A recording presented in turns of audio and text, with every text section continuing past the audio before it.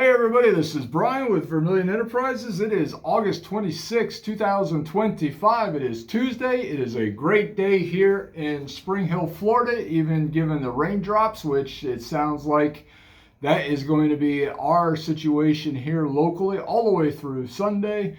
So, yeah, we're going to be wet and soggy here, but hey, that's all right. It happens, natural cycle of things. Tuesday, we're going to run through our premiums and inventory real quick. One change, as I discussed yesterday, is the price of silver came down. We're going to change we did change our prices on coal, silver, dollars again. Silver, talking about that, silver's around $38.40 per ounce. It's down, and gold is on its way up. 3,377, I think is what I just saw. Ish. Let's put it that way. Up and down, volatility is the word of 2025 as the great melt of 2025 continues. We took in so much silver yesterday. It was crazy. It was so much fun.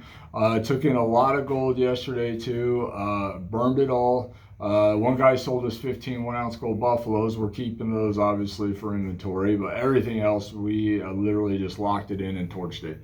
It was so much fun yesterday. It was so fast here in the shop. Business was brisk. I just love days like that. So let's quickly run this down, and then we're going to do a little Q&A session from the viewers on yesterday's video. So we'll do premiums real quick so we can spend some time on this. All right, Tim, let's go. 1/10 ounce gold eagles. We buy them at melt plus 2%, sell them at melt plus 8%. 1/4 ounce gold eagles, we buy at melt minus 1%, sell at melt plus 5%. We buy 1/2 ounce gold eagles at melt minus 1% and sell at plus 3% when we have them. Gold buffaloes, we buy them at spot, we sell them at spot plus 3%. We do have these in the shop ready to go. 1-ounce gold eagles, we are out of, but we do buy them at spot minus 1% and sell them at spot plus 3%. Foreign gold, we buy it at 98% of spot or 98% of melt, depending on what size it is.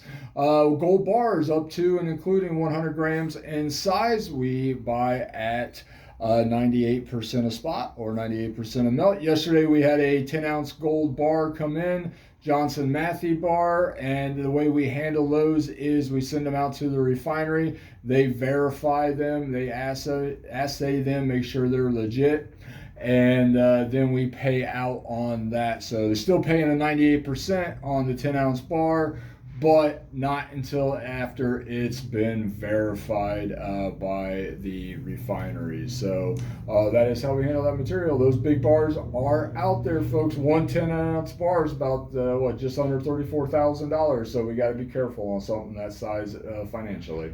All right, Platinum Eagles. We buy them at spot plus $40 per ounce. We sell them at spot plus $95. We do have these live in the shop. We at Vermillion Enterprises accept payment via cash, wire, Zelle, and scrap gold jewelry. We buy 8 karat, 9 karat, 10 karat, 14, 18, 22 karat gold jewelry, 24 karat gold jewelry at 90% of its value. These are considered secondhand goods in the state of Florida, so we have to have a copy of your driver's license or state ID card at the time of the transaction. So you got to be able to present it, whether you send it in or when you come into the shop, you got to have a copy of that, or you have to have your ID with you at the time. All right, no ifs, ands, or buts about it. But you can use this as payment towards the purchase of stackable precious metals if you like, or we can just cash you out at 90% of its value. People take advantage of both every single day. So if you got old class rings, chains, earrings, mismatched earrings, old wedding bands, stuff you can't wear anymore, you don't wear, it's broken, it's out of style, you just don't like it or whatever, you never wore it, doesn't matter, we will turn it into cash. Gold is almost $3,400 per ounce, almost $3,400 per ounce for gold. So that old scrap jewelry laying in the bottom of your jewelry box, it adds up pretty fast. When people come in to sell this material, 99.9% of the time they're like, oh my God, I had no idea it was worth that. Yes, that sounds great. So it's people are always shocked with what that old stuff laying around turns into in cash for them. All right, silver dollars. Graded Morgans and Peace dollars. These are all going to be NGC or PCGS graded. Various levels of toning on the coins and various generational holders. they are all going to be common date coins, all right? Morgan's MS63s we sell at $65. MS64s we sell at $85. MS65s we sell at $150. That's for 1878 to 1904 common random date Morgan silver dollars, not 1921s. No annex, no ICG, no in-house grading. Same with the piece dollars. MS63s we sell at $55. MS64s we sell at $65. That's for NGC and PCGS common date piece dollars. Let's face it, they're mostly going to be 1922 and 1923 coins. All right, our one price update for the day, premium-wise, gold, silver, dollars. We're buying them back at $28 and we're selling them at $30 as the price of silver dropped. As the price of silver fluctuates, expect these to be the one thing that's you're really going to see volatility with regards to the buy and sell price. So this is something that we definitely got to micromanage in the way of updating our pricing. So just keep that in mind. If you see silver shoot back up, you're going to see we're going to be buying at 29 and selling at 31. If silver continues to drop, well, you're going to see us lower our buy-sell prices on this too. Remember, Vermillion Enterprises reserves the right to change the premium and buy prices on the fly as the market changes. No ifs, ands, or buts about that. The market is extraordinarily volatile, folks, and therefore premiums can be volatile also. But you're talking common date, piece, and Morgan silver dollars in cold condition, buying at 28, selling at 30. Of course, these are all random, and of course, they are all common date. All right, what is this? Junk 90. We buy Junk 90, 1964 and before, silver dimes, quarters, and halves for spot minus $2 per ounce, and we sell it at spot minus $1 per ounce. We got it in stock and quantity if you're interested. All right, what is next, Tim? Generic silver, sir. Generic silver. We got 1 ounce bars, 5 ounce bars, 1 ounce rounds, 10 ounce bars. We buy those at the spot price of silver minus $1.25. Same with kilos and 50 ounce and 100 ounce bars. Now we sell the generic silver at the spot price of silver. So we have some 1 ounce rounds in stock. We got hit hard on those yesterday. We have some 1 ounce bars in stock. We got quite a few 5 ounce bars and 10 ounce bars in stock if you're interested. All right, we sell generic silver at the spot price of silver, buy it at spot minus $1.25. We are out of kilos, 50s, and 100 ounce pieces. So anything up to and including 100 ounce pieces in size, we will buy it at the spot price of silver minus $1.25. And guys and gals, we need quantity of this, so please keep dumping it on us. You guys did yesterday and Saturday. Awesome. We would greatly appreciate that. Keep bringing it in. Keep dumping it on us. We need it. We want it. We'll take care of you on it. Off quality silver eagles, we buy at the spot price of silver and sell them for the spot price of silver plus $1 per ounce. Retail friendly silver eagles, we buy at spot plus $1 and we sell at spot plus $3 per ounce. What's the difference? The difference is the off quality coins are going to have milk spots on them, surface abrasions, colorized, could be overtoning, scruffiness in nature, just material we don't consider retail friendly. Now, if you do want coins that are retail friendly, we have them at plus $3 per ounce. We buy these at plus $1 per ounce. So these are going to be coins that come in tubes of 20. All same date, meaning each coin in the tube is the exact same date and do not have milk spots on them, surface abrasions, or other blemishes. When you bring them in to sell, just understand we're going to go through the tubes. If we start seeing surface blemishes in the tubes, they're going to be considered off quality. It's just the way it is. All right, Q&A time. Got my coffee here from Starbucks. The barista says, write a little note that says, "You rock." They do know me. And now let's answer some questions, all right? And comments from yesterday's video. Yesterday's video performed well analytically. I don't know why. I don't care. It did well, and I always judge the success or the rate of failure of a video or a promotional piece not by how many eyeballs actually looked at it. I look at it as the number of transactions that resulted from it. I don't care if 1 million people looked at one of our videos if nobody transacts with us. The only thing we care about here at Vermillion Enterprises is transactions. We don't care about eyeballs. But the analytics were great on it. So what that means is, according to YouTube, is that we got lots of comments, which we did, and some interesting questions. So I thought some of you, maybe all of you, maybe none of you, would like to hear my responses to some of the questions and comments. First, I'm going to lead off with a question that I was asked in the shop here, person to person. Either it was Friday or Saturday last week. I thought it was a good question that people might be interested in. A gentleman and his wife came in just getting started in stacking precious metals. One of the things that they did purchase was a Sigma precious metals verifier, because the gentleman was self-described as terrified that he might buy fakes along the way, because there's so much content out there in social media about fake material, and there is a ton of it floating around, folks. There really is. I can't stress how much there actually is. We see it here every single day, multiple times a day. And it's not just coins and bullion, it's jewelry, it's sports cards, it's other luxury items like Rolex watches, all that type of material. There's so many fakes out there that it can be overwhelming, especially for new stackers. I get it. So he asked the question, hey, if I came in and bought precious metals from you, I forget what his exact example was, would you be offended if I tested the material or verified the material on my Sigma here in the shop, and or would other dealers be offended by that? And my response to that is, I am not offended by that. If you want to do that after you buy your coins and bullion, you can sit over in the corner and test out your, to your heart's delight. I don't care. People have done that before. People have brought in their own XRF guns before. I don't care. That's fine, as long as you're not in the way and obstructing other people's transactions. I genuinely do not care about it. One thing that does annoy me, though, from time to time, and especially when we're busy, is when people then ask me to test the material on our verifiers after they buy it, and it's like, well, look, man, we've already done that, but if you want me to do it again, we'll do it once we get a break in the action. That can be annoying, especially when we're in the heat of business.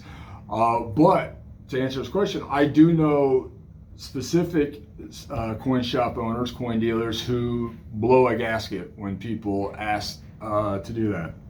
They do take offense to it, and it is what it is. I know one specific coin dealer that will categorically throw you out and tell you never come back. That's, I think, the wrong way to handle things, but at the same time, that's what he does. It's his shop. He can do whatever he wants.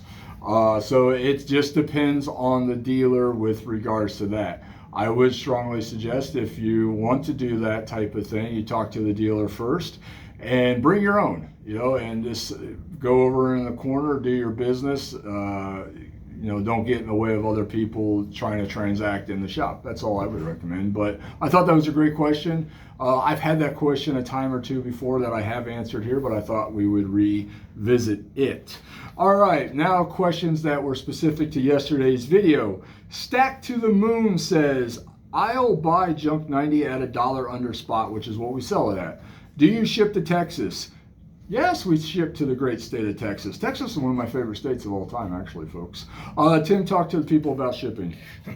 All right, so for shipping, we do have a $3,000 minimum order that does include free shipping via FedEx to a FedEx ship center. If you are interested in an order, or are even just interested in finding out your local FedEx ship center, please feel free to shoot me an email, tim@igscoin.com. That's right, folks. And unfortunately, sometimes there's just not a FedEx ship center that's within reasonable distance to your residence.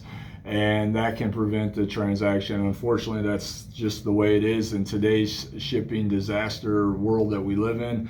It's the only way we can protect ourselves. So everything Tim just said there is correct. Remember, we accept payment via cash, wire, Zelle, or scrap metal. So just keep that in mind. No credit cards, no personal checks, no anything else. All right. Kevin Kidwell says, what I appreciate about you is the fact you are real and honest. Thank you. You put your shop location and your face on your channel so you know as a listener that isn't made up garbage like you get on some of these other YouTube channels who won't show you their face and say they work for a shop but won't say where. Yeah, I can understand that. And referring to those channels, all blow and no show there for clickbait only. Thanks for putting out an honest channel about metals. Well, I appreciate the candor there and the comment. I never understood why anybody really gave much credence to the what they call them, the talking hands videos. Yeah, it never really made sense to me. I understand why they do it for their own security reasons, I guess. But why anybody who would be interested in purchasing stackable precious metals would be concerned with what any of them have to say. But yep, I put my name on it. I put my face on it. We are what we are, the good, the bad, and the ugly. All right. Great movie, by the way. If you haven't seen it, go watch it. All right, Silver Something says, did you notice this same trend in 2011 where people dumping their silver and buying gold? So one thing that we've been noticing a lot here in the shop lately is people have been coming in, dumping their gold or dumping their silver and exchanging it for gold, amongst other things. Gold being the one that we deal in. A lot of people are doing the same thing for crypto. Here's the thing about silver that sucks. All right, to have any real value in it, like significant dollars, it takes up so much space. It's so heavy. As people get older, they're less enthused about moving 500-ounce boxes of silver, which weigh about, what, 37, 38 pounds, something like that. You can't grab it and go, right? So it's just, it becomes a hindrance for a lot of people. As they have gotten older in life, they're like, hey, I don't want all of this anymore. I'd rather turn all of this, let's say 1,500 ounces of silver, maybe 1,800 ounces of silver into a stack of 1 ounce gold buffaloes or gold eagles. So, I mean, you can take, 130 pounds, I'm just rolling this off the top of my head here, folks, and turn that into a tube of 20 ounces. So 130 pounds of that being silver. I mean, it just kind of, as you get older, it just makes sense. So did we see that same trend in 2011? In 2011, oh man, things were awesome. We were buying so much, but to be honest with you, I don't really remember the sales side of it. It was more, we are so 100% laser focused on the buying side. Everything was going to the melters at that time. In that time, dude, we were burning proof silver eagles. We were literally cracking proof silver eagles out of their capsules, and we were dumping them. That's how crazy things were 15 years ago, 14 years ago.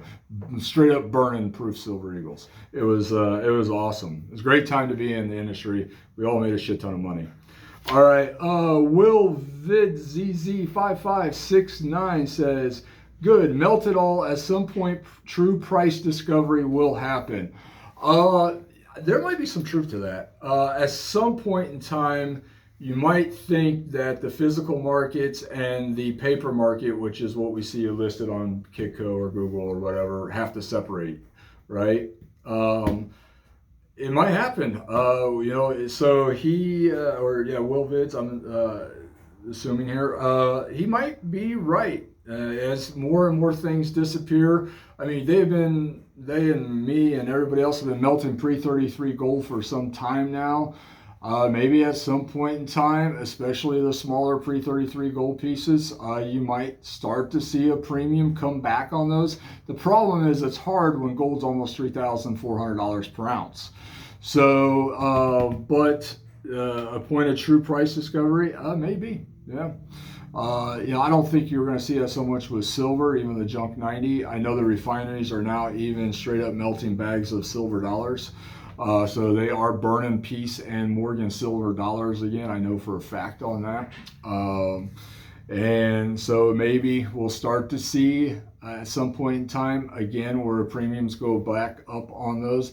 But they're twofold problem. One is the price of gold and silver is so high intrinsically that it just makes it hard to add a collector value or numismatic value on top of something that's already so highly valued just because of what it's made of. But also too, you got to understand that as younger people come into play financially and the older generations go away, there's less emphasis from the younger crowds to buy gold and silver. It's not as in demand for them as it is for the older crowd. It's just the way it is. They're more digitally inclined, which I understand, not so much physically inclined. So the overall demand is, I think, going to wane as younger generations become older.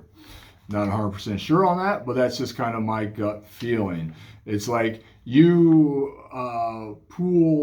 or if you would have questioned people 30 years ago who were walking around, let's say your average 15-year-old 30 years ago, hey, ever hear of Mickey Mantle? Yeah, most of them probably had.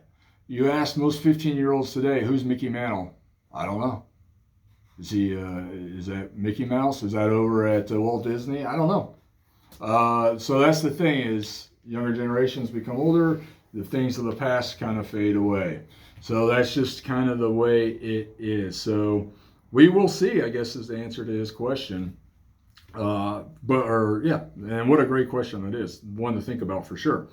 Clinton Meyer says, Brian, your insights on the wholesale market are invaluable to us little stackers out here. Well, I appreciate that. That is basically what I operate in. That's how I price our premiums for when it comes to sale. I put it just a skosh over what I can wholesale it for because if there's an opportunity for me to turn that back into actual cash money, it's more advantageous for me to do that rather than replace it with a check or a wire. So I try to do that just to keep the cash moving. He goes on to say, are refineries still backed up making the 1,000 ounce Comex bars? I don't know what they're exactly making, but I can tell you refineries are backed up big time. They have not slow paid yet. But I can tell you they're literally burning so much right now. It's crazy. The problem is that for a lot of them, especially the smaller operations, when they burn a bag of the junk 90, so 1,000 face, it takes them like, I think 25 minutes to do that. So just the amount of time in the day prevents them from burning as much as they can. So that is what's going on. Well, are they turning it into 1,000 ounce Comex bars? I know there's definitely some of that going on. Is that all that's going on? I don't know. I think a lot of it does go back and go to specific mints also. What are your thoughts on 90% versus sovereign silver coins, especially Maples, Britannias, Kangaroos, etc.? Whatever floats your boat. I think the sovereign silver coins may be better in the sense that they're a lot easier to understand what they are. Perfect case and example, this happened last week. Customer lady came in, she had quite a bit of 90 and junk dimes, junk quarters, junk halves, and they were left to her. Her husband was the stacker, he passed away.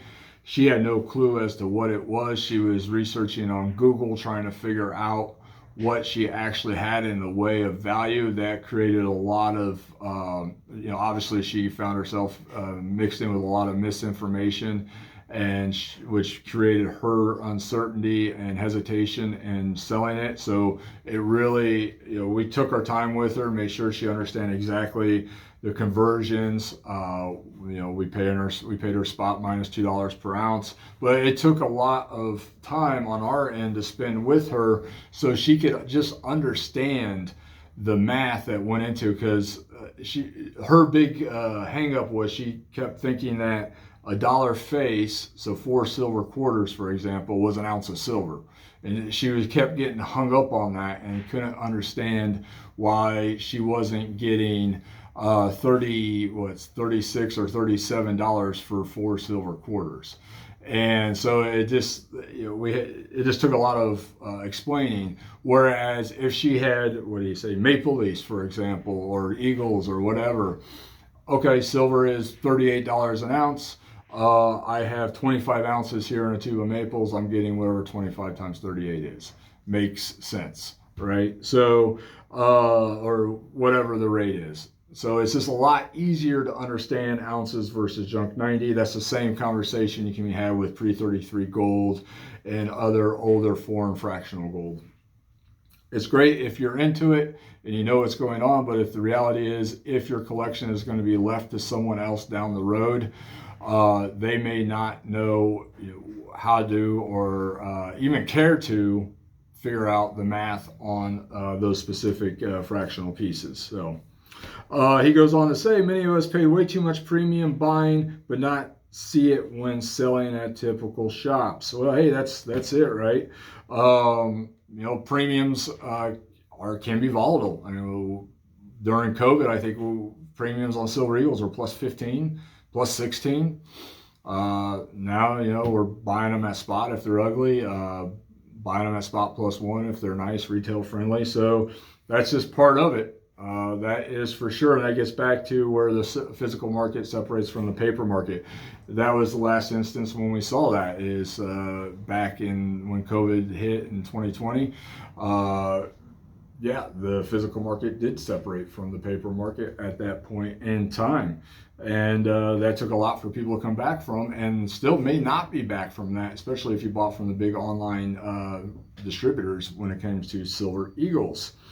Your thoughts on what wholesalers like and pay differently for value of generic versus sovereign silver would be very welcoming to the stacker community. I don't know what wholesalers what they like. They don't care. Same with us. They put their buy prices out. Wholesalers are versed in it, and they're dealing with people who are versed in it. So it's not like they have to explain what the junk 90 rate is to someone who doesn't understand it. Everyone knows the math. So they don't care whether you're selling ounces or junk or whatever. They really don't care because they don't have to have any conversations about it. It's real easy. Tom28714 says, why do you think foundries are buying everything you got? Word on the street is that big boys need those 1,000-ounce bars. Always.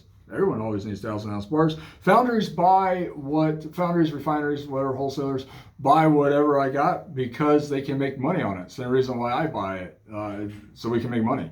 That's the only reason that any business is ever in business. Ice cream shops, why do they sell ice cream? So they can make money. Why do I buy gold? So I can make money. Why does a refinery buy scrap silver? So they can make money. That's all. So I thought that would probably be good. Those seem to be the best questions, comments that I saw yesterday on yesterday's video. So I thought we would talk about that a bit, and hopefully you guys and gals found that entertaining. If not, well, sorry for wasting your last 15 minutes. All right, guys and gals, if there is anything we can do for you, reach out. We are open Monday through Friday, 9 a.m. to 4 p.m., Saturdays, 8 a.m. to 12 p.m., and we look forward to doing transactions with you. Have a good day, folks.